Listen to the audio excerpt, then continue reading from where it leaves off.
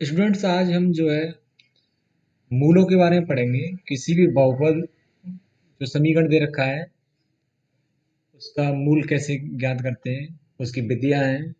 उनमें से हम एक विधि द्वैभाजन विधि को पढ़ेंगे। सबसे पहले आपके सिलेबस में द्वैभाजन विधि, रेगुलर फाल्सी और न्यूटन रेप्सन है। तीन विधियों में से हम आज बाइसेक्शन मेथड को पढ़ेंगे।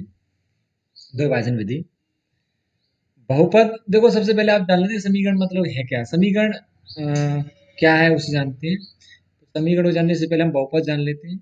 इस टाइप का कोई भी फलन है, a zero x n, a one x n minus one plus a two x n minus n minus two plus last में ए एन, आपका ऐसे। यहाँ पर ये जो आपके ए जीरो से लेके एन तक के जो गुणांक हैं वो आपके वास्तविक हो सकती हैं या काल्पनिक हो सकती हैं।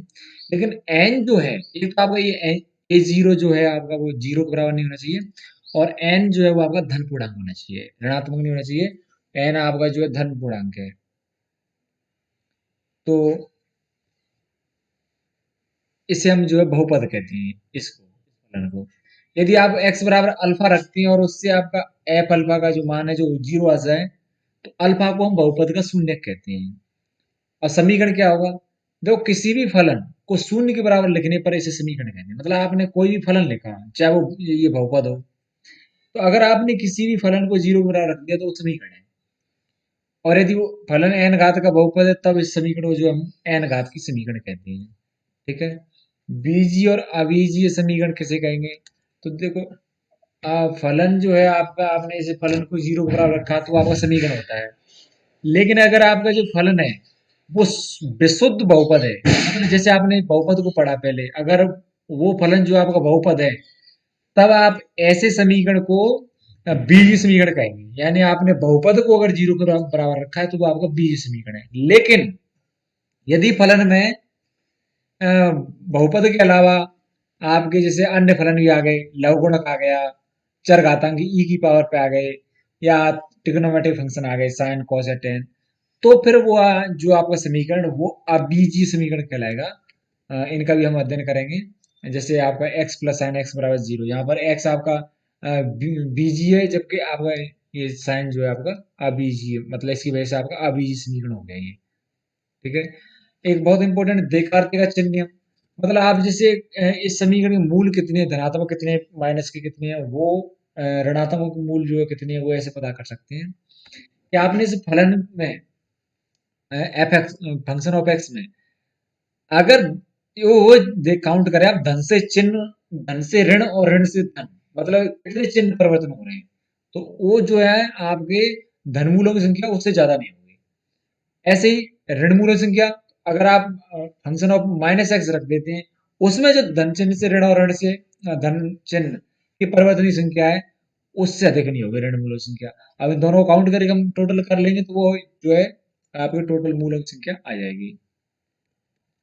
ये आपके वास्तविक मूल होंगे। इसके अलावा जो अगर शेष रहती हैं, टोटल मूल आपके एन होंगे। अगर एन एन घात के समीकरण है, तो एन घात के समीकरण टोटल मूल एन होंगे। अगर आपके धन मूल और ऋण मूल एन के बराबर पहुंच जाते हैं, तब तो आपके सारे मूल वास्तविक हैं, अन्यथा आपके क्या है, काल्पनिक मूल होंगे। तो देखो, मूल ज्ञात करने की जो विधियां हैं वो हमने बताया, तीन विधि पढ़ेंगे आप। मिथ्या स्थिति, द्विभाजन, न्यूटन रेप्सन। मिथ्या स्थिति को जो हम रेगुलर फाल्सी कहते हैं, द्विभाजन को बाइसेक्शन, न्यूटन रेप्सन है। तो सबसे पहले हम जो है द्विभाजन विधि पढ़ते हैं। द्विभाजन विधि क्या है कि देखो, आप अगर कोई फंक्शन जो है दो संख्याओं जैसे ए और बी है, उनके मध्य संतत है, यानी दो भाज्य संख्याओं के मध्य में आपका फलन जो है संतत है ए तथा बी के मध्य में, और फंक्शन ऑफ ए और फंक्शन ऑफ बी का चिन्ह जो है विपरीत हो, अगर इनके चिन्ह विपरीत है, तब जो है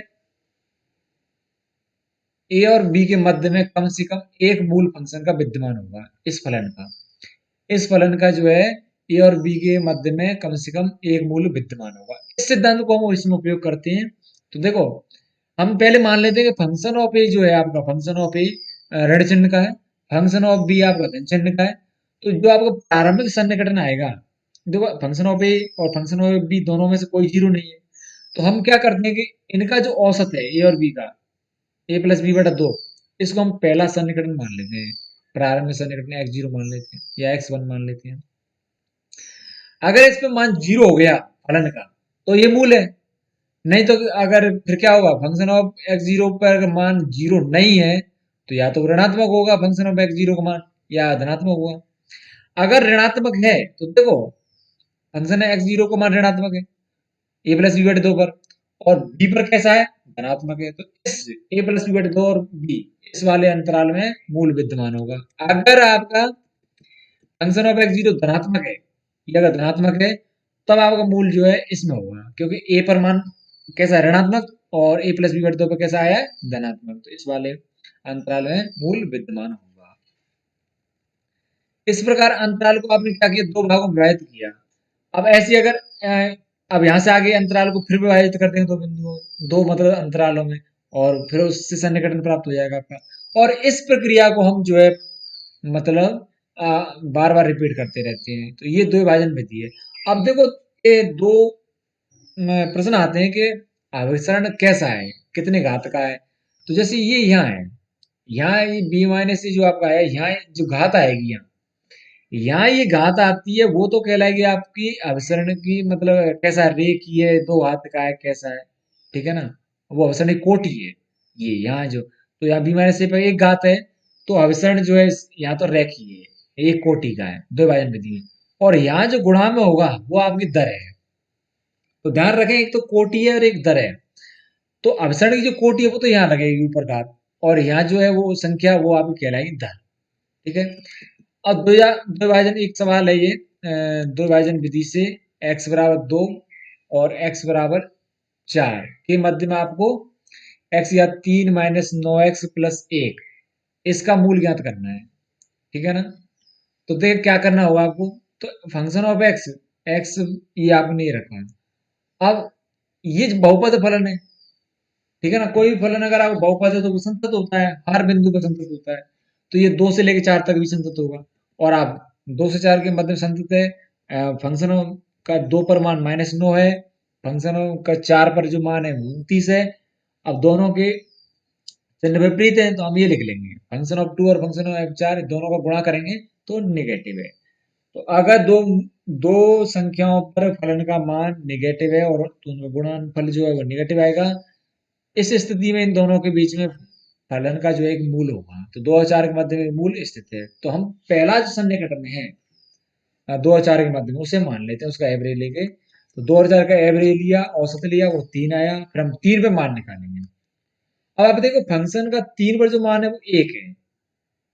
अब आप ये देखो 4 में से और 2 में से किस पर ऋणात्मक था, तो 2 पर ऋणात्मक था, तो हम जो है 3 के साथ 2 को लेंगे, ठीक है ना, क्योंकि 3 तो धनात्मक है ही, ऋणात्मक कौन सा था, वो 2 पर था। तो फंक्शन ऑफ 2 और मतलब फंक्शन ऑफ 3 दोनों का गुणनफल जो 0 से छोटा है, तो अगला जो सन्निकटन आएगा आपका वो 2 और 3 के मध्य में आएगा, वो 2 और 3 के मध्य में स्थित है, तो हम 2 और 3 का एवरेज ले लेंगे। तो जो आपको कितना है, 2.5 आया। अब 2.5 पे आपने मान निकाला, कितना आया, -5.87, ठीक है।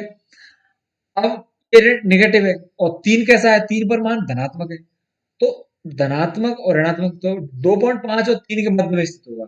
मूल कहाँ होगा, 2.5 और 3 के बीच में, क्योंकि 2.5 में मान आपका कैसा रहा है, ऋणात्मक, 3 पे कैसा रहा है, धनात्मक, तो दोनों के बीच में स्थित है।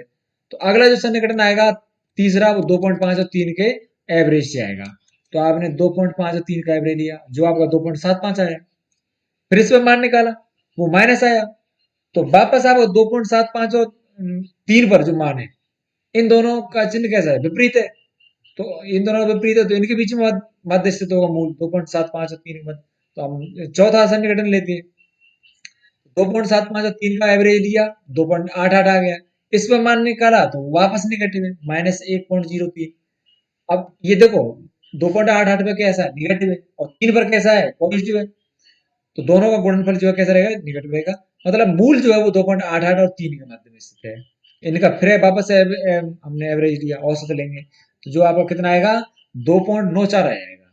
इस पर वापस आपने फिर मान निकाला तो 0.05, देखो आप ये जो मान है जीरो की तरफ आ गया, मतलब लगभग जीरो के पास आ गया, तो ये हमारा बहुत अच्छा सन्निकटन आ गया। यहाँ तक हम सन्निकटन मान सकते हैं। लेकिन फिर भी हम देखें तो 2.94 और 3 में से 3 पे पॉजिटिव है, 2.94 नेगेटिव है, तो दोनों के जो एवरेज आएगा वो हमारा अगला सन्निकटन होगा 2.94 और 3 के मध्य में। तो वो हमारा ये आ जाएगा 2.93 और 7.5। हम ऐसे सन्निकटन लेते रहते हैं तो हमारा क्या मूल और जीरो के नजदीक आता जाएगा। लेकिन ये हमें हमारा एक बहुत अच्छा सन्निकट हो जाएगा, ये 2.94 भी अच्छा था। अगर आप इस पे मान निकालो तो वो और भी जीरो के नजदीक होगा। तो हमको क्या है, जैसे जितनी बार हम इसको रिपीट करेंगे ना, उससे मूल जो है और भी अच्छा आता जाएगा, वो सन्निकटन जो है अच्छा होगा। तो ये हमारी द्विभाजन विधि है। इसके बाद हम रेगुलर फॉर्म की विधि पढ़ेंगे। और ये जो आपका सवाल आया है, ये है इसमें अगर आप यहाँ 9 की जगह 5 कर देती हैं, ये जो आप सवाल कर रहे हो, तो ये आपका यूनिवर्सिटी में आया हुआ है, 2015 में क्वेश्चन आया था ऐसा। एक्स या 3 माइनस 5x+1, अगर आप ये कर देंगे तो वो आपका यूनिवर्सिटी में आया हुआ है, 2015 में आया था। उस सवाल को आप करेंगे इस तरीके से, एक्स या 3 माइनस 5x+1, उसे आप करेंगे इसी प्रकार से, और फिर आप उसे ज्ञात करें उसका मान क्या प्राप्त होता है मूल।